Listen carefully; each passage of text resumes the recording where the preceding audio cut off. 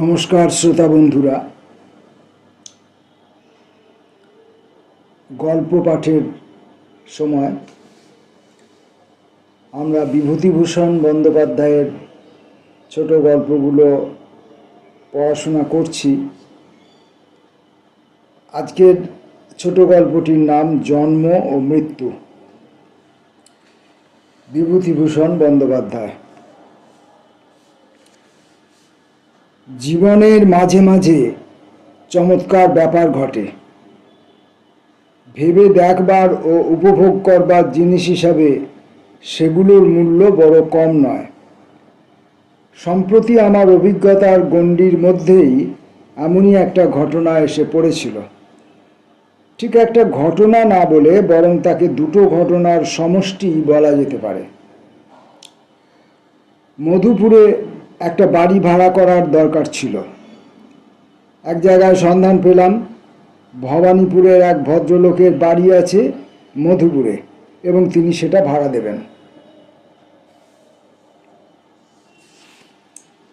সকালবেলা তার ওখানে গেলাম। বেলা তখন 10টা। ভবানীপুরে ভদ্রলোক যে বাড়িতে থাকেন তা বেশ বড় বাড়ি। বাইরে সুসজ্জিত বৈঠকখানা, কিন্তু তিনি তখন বৈঠকখানার পাশে একটা ছোট ঘরে তক্তপোষের উপর বসে গুড়গুড়ির নল মুখে দিয়ে তামাক খাচ্ছিলেন।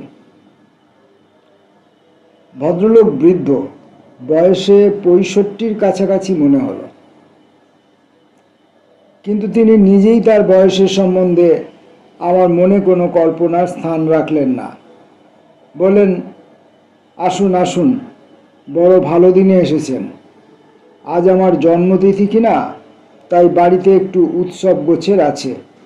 তা বেশ, এসেছেন যখন আপনাকেও ছাড়ছি নে, ইত্যাদি। কারুর জন্মতিথি উৎসবে যেভাবে তাকে মিষ্ট কথা বলবার কথা, ভদ্রলোককে আমি তা বললাম।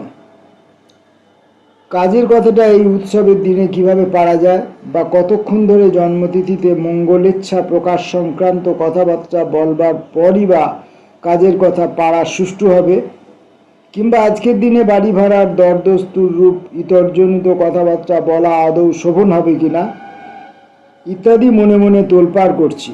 এমন সময়ে একটি সুন্দরী তরুণী হাসি মুখে বড় একটা ফুলের তোড়া হাতে ঘরে ঢুকলেন। পেছনে একটি যুবক। গৃহকর্তা বলে উঠলেন, এই যে অরুণা, এসেছিস দিদি? ওহ, পেছনে যে নির্মলকে গাঁট ছাড়া বেঁধে এনেছিস, ছেড়ে আসা যায় না বুঝি? বেশ বেশ, আমরা হয়ে গেছি এখন বুড়ো সুড়ো মানুষ। তরুণী ফুলের তোড়াটি বৃদ্ধের হাতে দিয়ে প্রণাম করে এবং হাসি মুখে বৃদ্ধের গালে দুটো ঠোনা মেরে ঘর থেকে বার হয়ে গেল। যুবকটিও গেল পিছনে পিছনে। বৃদ্ধ বললেন, আমার নাতনি, আমার বড় ছেলের মেয়ে, IA পাস, ও বছর বিয়ে হয়েছে, স্বামী ইঞ্জিনিয়ার, বিলেত ফেরত, কর্পোরেশনে ভালো চাকরি পেয়েছে। কথা তখনও ভালো করে শেষ হয়নি, আর দুটি তরুণী ঘরে ঢুকলো। এদের ঘাড়ের উপর এলো খোঁপা এলিয়ে পড়েছে।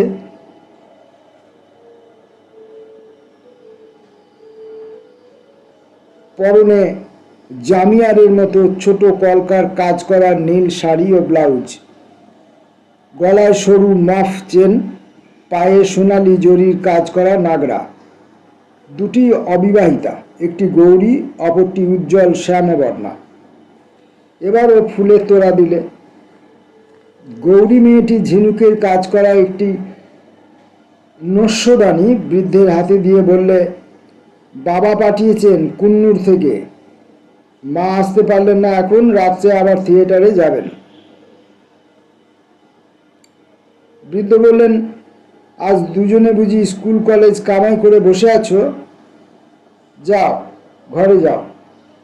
হরিদাসকে বলে রাখো গাড়ির কথা, আমার এরপরে মনে থাকবে না। তরুণী দুটি চলে যেতেই বৃদ্ধ বললেন, আমার মেজ মেয়ের মেয়ে, বাগবাজারে আমার মেজ মেয়ের শ্বশুর বাড়ি। গোরাচাঁদ মল্লিকের নাম শুনেছেন তো? ওই তাদেরই বাড়ি, বনেদি বংশ। গোরাচাঁদ মল্লিক ছিলেন আমার মেয়ের শ্বশুরের। এই যে ভূধর, এসো এসো বাবা, বসো। এবার আরো গুরুতর ব্যাপার, যাকে সম্বোধন করা হলো এবং যার নাম ভূধর, তার বয়স 55 থেকে 55। তিনি স্থূলকায় হলেও সঙ্গের মহিলাটির তুলনায় তিনি নিতান্ত কৃশ। এদের স্বামী স্ত্রীর পেছনে 4-5 গিরে 6-7টি ছেলে মেয়ে। এদের বয়স 10 থেকে 19-এর মধ্যে। আর একটি 20-22 বছরের মেয়ে একটু পিছিয়ে ছিল, তার কোলে একটু শিশু। কিন্তু এ পর্যন্ত যে কয়েকটি মেয়ে এখানে দেখলাম তার মধ্যে এই মেয়েটি সর্বাপেক্ষা সুন্দরী। বৃদ্ধ তার দিকে চেয়ে বললেন, এই মৃণাল, পিছিয়ে কেন? আয় আয়, খোকাকে দেখি দে একবার ভাই আমার কোলে। নিশীথ এলো না? আমার অবস্থা শোচনীয় হয়ে উঠেছে। ছোট ঘরে যে ফাঁকা জায়গাটুকু ছিল, স্বামী স্ত্রী তার অনেকটা অংশ জুড়ে দাঁড়িয়েছেন, বাকিটা জুড়ে ছেলে মেয়ের দল। পিছনে মেয়েটির জন্য তেমন জায়গা নেই।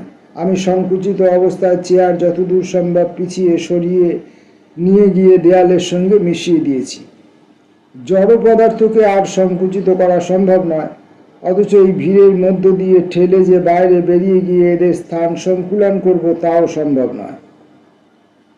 এরা আমাকে সংকোচের হাত থেকে শীঘ্রই অব্যাহতি দিলেন এই জন্যে যে পিছনে আর এক দল এসে ঘরের বাইরে অপেক্ষা করছে।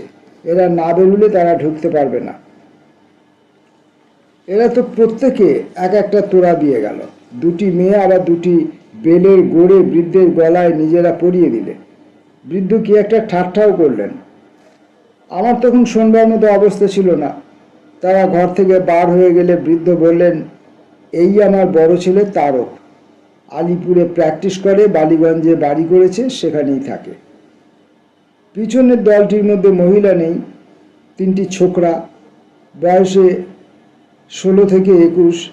এরা এসে কিছু দিলে না।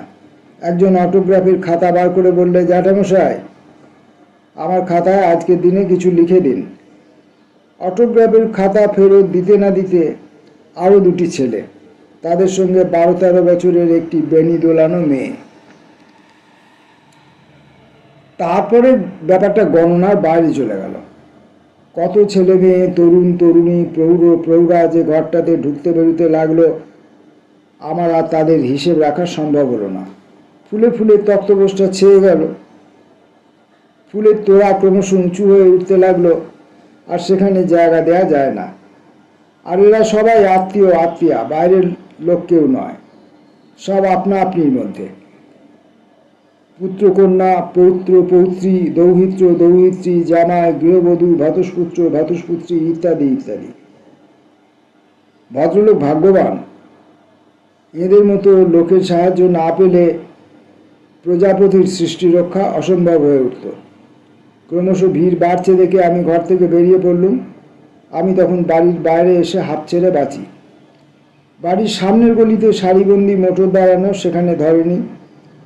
গলি ছাপিয়ে মোটরের সারি বড় রাস্তায় এসে পৌঁছেছে। বিয়ে বাড়িতেও এত মোটর জমে কিনা সন্দেহ। গলি পার হয়েই বড় রাস্তার মোড়ে নিবারণ মিত্রের সঙ্গে দেখা। সে আমার পরিচিত বন্ধু। সেজে গুজে সিল্কের পাঞ্জাবি, সুরওয়ালা নাগরা পরে তাকে ব্যস্ত সমস্তভাবে গলিতে ঢুকতে উদ্যত দেখে বললুম, ও হে, তুমিও কি বিশ্বনাথবাবুর বাড়ি যাচ্ছ নাকি? হ্যাঁ, কেন বলো তো? তুমি বিশ্বনাথবাবুকে চিনলে কি করে? এতক্ষণ সেখানে বসেছিলুম ভাই, দেখে শুনে মাথা ঘুরে উঠল। শহরের 1/3 লোক দেখলুম বিশ্বনাথবাবুর আত্মীয়া, আর তারা সবাই এসেছেন ওই 77 বছরের বুড়োর জন্মদিনে ফুলের তোড়া উপহার দিতে। তোমার তোড়া কই?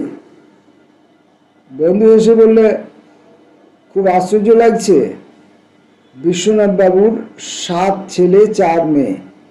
এদের সকলেরই আবার ছেলে মেয়ে এবং অনেকেরই নাতি নাতনি নাতজামাই ইত্যাদি হয়ে গিয়েছে।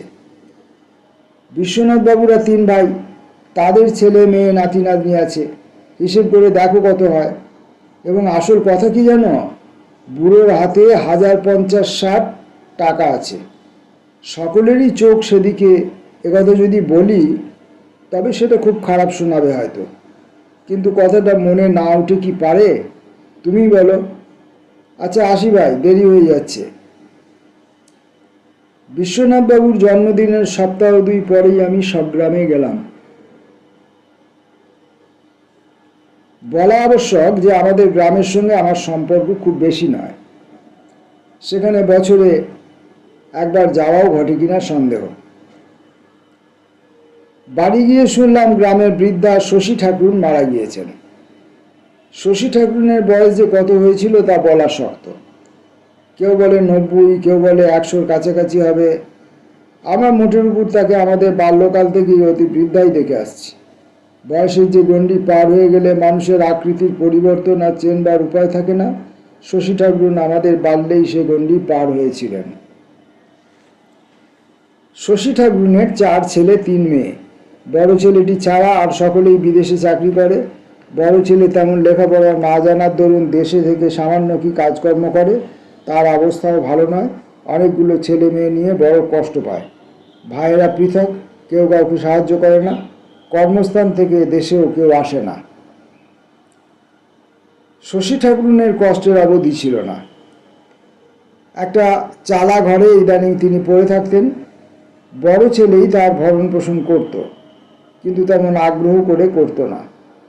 অর্থাৎ তার মনের মধ্যে এ ভাবটা জেগে রইত যে মা তো আমার একার নয়, সকলেরই তো কিছু কিছু সাহায্য করা উচিত মাকে। তারা যদি না করে আমিই বা কেন এত দায় ঘাড়ে করতে যাব? শশী ঠাকুরুনের অন্য ছেলেরা কখনো সন্ধান নিত না, বুড়ি বাঁচল কি মরল। অথচ তাদের সকলেরই অবস্থা ভালো। মাইনে কেউই মন্দ পায় না, শহরে স্ত্রী পুত্র নিয়ে থাকে। বড় ভাইয়ের পত্রের জবাব দিত। তাদের নিজেদেরই অচল হয়েছে, শহরের খরচ থেকে বাঁচিয়ে বাড়িতে কি করে পাঠায়? বাড়িতে বিষয় সম্পত্তি তো রয়েছে, তার আয় থেকে তো মায়ের চলা উচিত, ইত্যাদি ইত্যাদি। কিন্তু বিষয় সম্পত্তি এমন কিছু না যার আয় থেকে বেকার বড় ছেলের একপাল পোষ্য ও শশী ঠাকুরুনের ভরণ পোষণ ভালোভাবে চলে। বুড়ি খেতেই পেত না। ইদানিং আবার তার ছেলে মানুষের মতো লোভ দেখা দিয়েছিল, বিশেষ করে মিষ্টি জিনিস খাওয়ার। আমি সেবার যখন দেশে যাই, বুড়ি দেখি একটা কঞ্চির লাঠি হাতে মুখুজ্জে পাড়ার মোড়ে বেলতলায় বসে। আমার দেখে বললে, কুঞ্জ এলি নাকি? হ্যাঁ ঠাকমা। এখানে বসে কেন? এই বাদা বষ্টম খাবার বেচতে যাবে, তাই বসে আছি তার জন্য। বাতাসে কিনবো, ভিজিয়ে খাই। তা বেশ, বসো। ভালো আছো তো? আমাদের আবার ভালো থাকা থাকি। তুমিও যেমন দাদা, খেতেই পাইনে। দাদার কাছে 4টে পয়সা ধার হয়েছে, আর সে ধার দিতে যায় না। সিধুর কাছে আর কত চাইব? সে নিজের ছেলে পিলে নিয়ে আতান ধরে পড়ে আছে। আহা, বাছার আমার মুখ দেখলে বুক ফেটে যায়। আমি তার কাছে কিছু নিই নে। তা তুই আমাকে 4 আনা পয়সা দিয়ে যাবি? বুড়ির অবস্থা দেখে বড় কষ্ট হলো। পকেট থেকে একটা টাকা বের করে তার হাতে দিয়ে বললাম, এখন রাখুন ঠাকমা, যখন যা দরকার হয় আমি যতদিন বাড়ি থাকি দিয়ে যাব আপনাকে। বুড়ি অবাক হয়ে গেল। আনন্দে বিস্ময়ে সে যেন প্রথমটা বুঝতেই পারল না আমি কি তাকে সত্যি একটা গোটা টাকা দিলুম। পরের বছর পুজোর কিছু আগে দেশে গিয়েছি। বুড়ি দেখি আমাদের বাড়ির সামনের বাতাবি লেবুর তলার পথটা দিয়ে যাচ্ছে, হাতে একটা কাঁসার জামবাটি। আমায় দেখে বললে, কখন বাড়ি এলি? কাল এসেছি ঠাকমা। বাটি হাতে কোথায় গিয়েছিলেন? আর বলিস না দাদা, বাটিটা নাপিত বাড়ি নিয়ে গিয়েছিলাম যদি ওরা কেনে। আমার দিন তো আর চলে না, হাতে মোটে পয়সা নেই। সিধু খুলনে গিয়েছে, আর আজ 4-5 দিন। বাড়ি একেবারে অচল, ছেলেপিলেগুলো খেতে পায় না, এমন অবস্থা। তা বাটিটা বিক্রি করে আর কদিন যাবে ঠাকমা? তবু যে কদিন যায়। তাও ওরা নিলে না, বলে এখন নগদ দিতে পারবো না। ঢালে বাটি দিলে আমার কি চলে ভাই বলো তো? একটু গুড় খেতে পাচ্ছি না। বাটিটা বেচে ভেবেছিলাম আজ হাটে আজকের ভালো আখের গুড় আনতে দেবো। আর আজকের হাটটাও হবে এমন। ছেলেপিলে শুধু ঝিঙে ভাজা আর ভাত খেয়ে মারা গেল। তা নিবি দাদা বাটিটা? ফুল কাঁসা। এ ওদের বাটি না, আমার বাবা দিয়েছিলেন। দেখ না, শহরে থাকি, অনেক সময় কাঁচা পয়সা রোজগার করি, পাড়া গায়ে যে এত পয়সার কষ্ট তা ভেবে দেখি না। আমায় অন্যমনস্ক দেখে বুড়ি ভাবলে বোধহয় বাটি কেনবার ইচ্ছা নেই আমার। অনেকটা মিনতির স্বরে বললে, না কিনিস ওটা বেঁধে রেখে আমায় বরং 8 আনা পয়সা দে। এরকম অবস্থায় বুড়িকে আমি আরও কয়েকবার দেখেছি। শুনলাম বুড়ির মরণকালে ছেলেরা কেউ আসেনি। বড় ছেলে খুব সেবা যত্ন করেছিল। বুড়ির গায়ে একটা লেপ ছিল। মরণের ঘণ্টা 2 আগে বুড়ি পুত্রবধূকে বলেছিল, বৌমা লেপটা সরিয়ে নাও, 4-5 টাকা দামের লেপটা, আমি বাঁচব না, তখন ওটা আমার সঙ্গে ফেলে দিতে হবে। ও গেলে আর হবে না বৌমা। আহা, কোথায় পাবে সিধু যে আবার 4-5 টাকা খরচ করে লেপ বানাবে? শীতকালে বাছারা আমার আদুর গায়ে কাটাবে তাহলে। আরও খানিক পরে বুড়ি ছেলেকে ডেকে বলেছিল, দেখ সিধু, একটা কথা বলি শোন, আমার শ্রাদ্ধের বেশি কিছু খরচাপত্র করতে যাস নে। বিধু, মণি, শরৎ ওরা কেউ কিছু হয়তো দেবে না। তুই একা পাবি কোথায় যে খরচ করবি? নম নম করে অমনি 5টি ব্রাহ্মণ খাইয়ে দিবি। আর যদি ওরা কেউ কিছু পাঠায় তাও সব খরচা করিস না, হাতে কিছু রাখবি, তারপরে তোর ছেলেপিলেরা খেয়ে বাঁচবে। শুনলাম শশী ঠাকুরের ছেলেরা সবাই বাড়ি এসেছে ও খুব ঘটা করে মায়ের শ্রাদ্ধ করেছে। বেড়াতে বেড়াতে ওদের বাড়ির দিকে গেলাম। সামনের উঠানে নারিকেলের ডাল পুঁতে বৃষোৎসর্গ শ্রাদ্ধের মণ্ডপ তৈরি করা হয়েছে। মণ্ডপের সামনে শামিয়ানা টাঙানো। গ্রামের অনেকেই সেখানে উপস্থিত। সেজো ছেলে গোপেশ্বর কাঁচা গলায় গ্রামের বৃদ্ধ চৌধুরী মশাইয়ের সঙ্গে অফিসে নতুন লোক ঢোকানো আজকাল যে কত অসম্ভব হয়েছে সেই সম্বন্ধে কি বলছে। গোপেশ্বরের বয়স 45 ছাড়িয়েছে।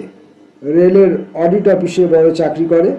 চৌধুরী মহাশয় বোধহয় তাকে কারো চাকরির জন্য বলে থাকবেন, কথার ভাবে তাই মনে হলো। আগে অনেক ঢুকিয়েছি কাকাবাবু, সিমসন গিয়ে পর্যন্ত আর সেই সুবিধে নেই। সিমসন সাহেব আমি যা বলেছি তাই করেছে। এখন পোস্ট খালি হলে সব তলায় তলায় ঠিক হয়ে যায় অফিসে, আর সেই দিন নেই। শুনলাম গোপেশ্বর রিটায়ার করার পরে প্রভিডেন্ট ফান্ডের দরুন প্রায় 18-19 হাজার টাকা পাবে। হাওড়ায় না বরানগরে জমি কিনেছে, সেখানেই বাড়ি করবে। আজ 10-11 বছরের পরে সে দেশে এসেছে। মায়ের মৃত্যু না ঘটলে আরও কতদিন আসতো না তাই বা কে জানে। ওদের বাড়ির মধ্যে ঢুকে আমি অবাক হয়ে দাঁড়িয়ে রইলাম। এদের বাড়িতে যে এত ছেলে মেয়ে বউ ঝি চাকর আছে তা চোখে না দেখলে বিশ্বাস করবার জো ছিল না। মেজো সেজো ছোট ছেলের বউয়েরা এসেছে, তাদের ছেলে মেয়ে নাতি নাতনি বাড়ি ভর্তি। খুব ছোটোবেলায় যে মেয়েদের দেখেছিলাম, হয়তো অনেকের সঙ্গে খেলাও করেছি, তাদের বিয়ে হয়ে ছেলেপুলে হয়ে গিয়েছে, তাদের স্বামীরাও এসেছে। তবু তো বুড়ির বড় মেয়ে অনেক দূরে থাকে বলে আসতে পারেনি। অপর 2 মেয়ে ও তাদের ছেলে মেয়েরা এসেছে। সবাই শশব ব্যস্ত। এখানে তরকারি কোটা হচ্ছে, ওখানে জিনিসের ফর্দ হচ্ছে, বাড়িময় ছেলে মেয়েদের চিৎকার হাসি ছোটাছুটি।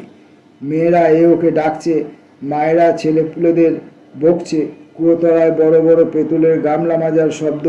বাড়ি শুদ্ধ সবাই শশব ব্যস্ত, কারো হাতে একদণ্ড সময় নেই। ওরে ও ঝি, রেনুর গায়ের জামাটা ছাড়িয়ে নিয়ে কেচে দে না বাপু। কতক্ষণ থেকে বলছি, আমার কি সবসময় সব কথা মনে থাকে? ও কমলা, হেলে দুলে বেড়াচ্ছ মা, ততক্ষণ পানগুলো তুমি আর বিনা নিয়ে ধুয়ে ফেলো না, এরপর আর সময় পাবে। কি আবার মরছে ডেকে ছোট বউ? মা গো, হাট জ্বালালে, বসতে দেয় না একরত্তি। এই তো আসছি ভাড়ার ঘর থেকে। একটি 17-18 বছরের সুন্দরী মেয়ে দালানে ঢুকবার দরজার এক পাশে একটা স্টোভ ধরাবার চেষ্টা করছে। আমি পাশ কাটিয়ে দালানের মধ্যে ঢুকে দেখি মেজো ছেলে বীরেশ্বর আর তার বউয়ের ঝগড়া হচ্ছে। মেজো ছেলে কোনো জমিদার স্টেটের ম্যানেজার, বয়স 50-এর ওপর। তার স্ত্রীকে আগে কৃষাঙ্গী দেখেছি, আজ 8-9 বছর দেখিনি। এত মোটা হয়েছেন যে এরই মধ্যে প্রথমটা যেন চিনতেই পারি না। হাতে মোটা সোনার বালা ও অনন্ত, গলায় ছিকলি হার। তিনি স্বামীকে বলছেন, ও ঘরে আমি থাকতে পারবো না, এই ভিড়, তাতে ও ঘরে খিল নেই। আমার মেয়ের গায়ে একগা গয়না, কাজের বাড়ি, লোকের ভিড়, বিশ্বাস আছে কাউকে? তাতে এই পাড়াগা জায়গা। বাবা, ভালোই ভালোই কাজ মিটিয়ে এখন এখান থেকে বেরোতে পারলে বাঁচি। কাল সারা রাত মশায় খেয়েছে।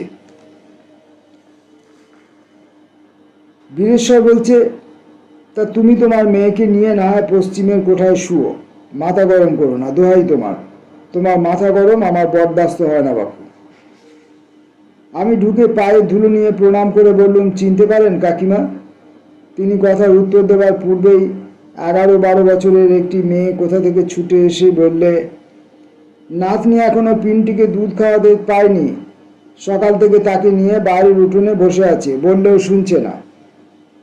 বীরেশ্বর বললে, যা, এখন যা, বলবে যা নাতনিকে, আমি ডাকছি। এসো কুঞ্জ, বসো। ওগো, তুমি কুঞ্জকে চিনতে পারলে না? বীরেশ্বরের স্ত্রী মৃদু হাস্যে বললে, দেখেছি বোধহয় ওকে ছেলেবেলায়, যাতায়াত নেই, দেখাশোনা তো হয় না, না চিনবার আর দোষ কি? শাশুড়ি মারা না গেলে কি এখন আসা হতো? চিঠি পেয়ে আমি বলি, না, যেতে হবে বই কি, দেশে একটা মান খাতির আছে। শাশুড়ির কাজটা ভালো করে না করলে লোকে ওদেরই দুষবে।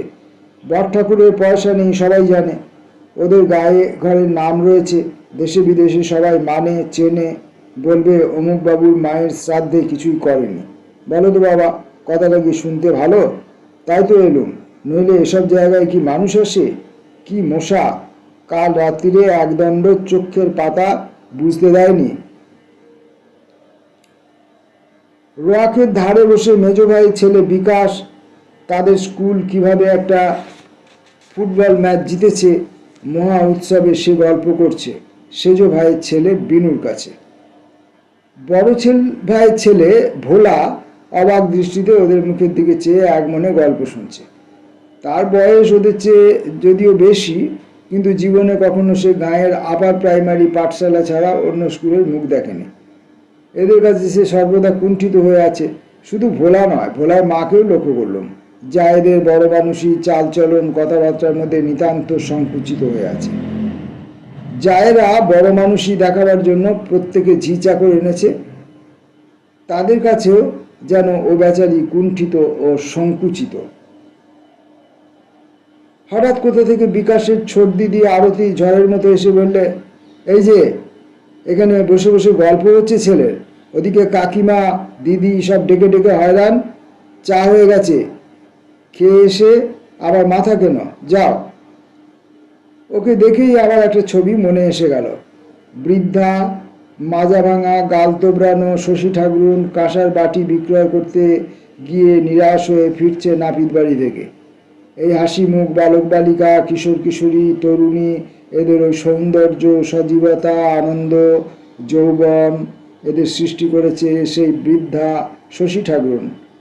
এরা তারই বংশধর, তারই পৌত্র পৌত্রী, দৌহিত্র দৌহিত্রী। আজ তার মৃত্যুর বাসরে এই যে চাঁদের হাট বসেছে, এতদিন এরা ছিল কোথায়? এরা থাকতে বুড়ি কেন খেতে পেত না? কেন চোখের জলে তার বুক ভুসেছে? তার কোনো উত্তর নেই। সঙ্গে সঙ্গে কলকাতার সেই বাড়িওয়ালা বৃদ্ধ ভদ্রলোকের বাড়ির উৎসবের কথাও মনে পড়ে গেল। এইরকমই অগণিত পুত্র কন্যা পৌত্র পৌত্রী দৌহিত্রর ভিড় দেখেছি সেখানেও, সবই সেই রকম, কেবল সেটা ছিল জন্মতিথি উৎসব। জন্মতিথি যার, তার বয়স শশী ঠাকুরুনের মতোই প্রায়। এই হলো জন্ম আর মৃত্যু। জন্মদিনের যে উৎসব ওই বৃদ্ধর, জন্মদিনকে কেন্দ্র করে ঘটেছিল, সেটা বৃদ্ধের আর্থিক সচ্ছলতার কারণেই ঘটেছিল বলে মনে হয়। আর এই শশী ঠাকুরুনের মৃত্যুর দিনেও যে আড়ম্বর দেখা যাচ্ছে, সেটাও তার ছেলে পুলে, পুত্র পৌত্র, দৌহিত্র এদের আর্থিক সচ্ছলতার কারণেই ঘটছে। কিন্তু শশী ঠাকুরুন জীবিত অবস্থায় না খেতে পেয়ে চোখের জল ফেলেছেন। তো এই হলো জন্ম মৃত্যু সংক্রান্ত বিভূতিভূষণ বন্দ্যোপাধ্যায়ের লেখা গল্পটি, যা আমরা পড়লাম, যা আমাদের ব্যক্তিগত জীবনের অভিজ্ঞতাতেও দেখা যায়। সময়ের সঙ্গে সঙ্গে কিছুটা পরিবর্তন ঘটেছে, সেটা অন্য জিনিস, কিন্তু মূল বিষয়টা একই রকম রয়ে গেছে। আমরা একই জায়গায় এখনো অবস্থান করছি। ফিরে আসবো পরের দিন অন্য কোনো গল্প নিয়ে।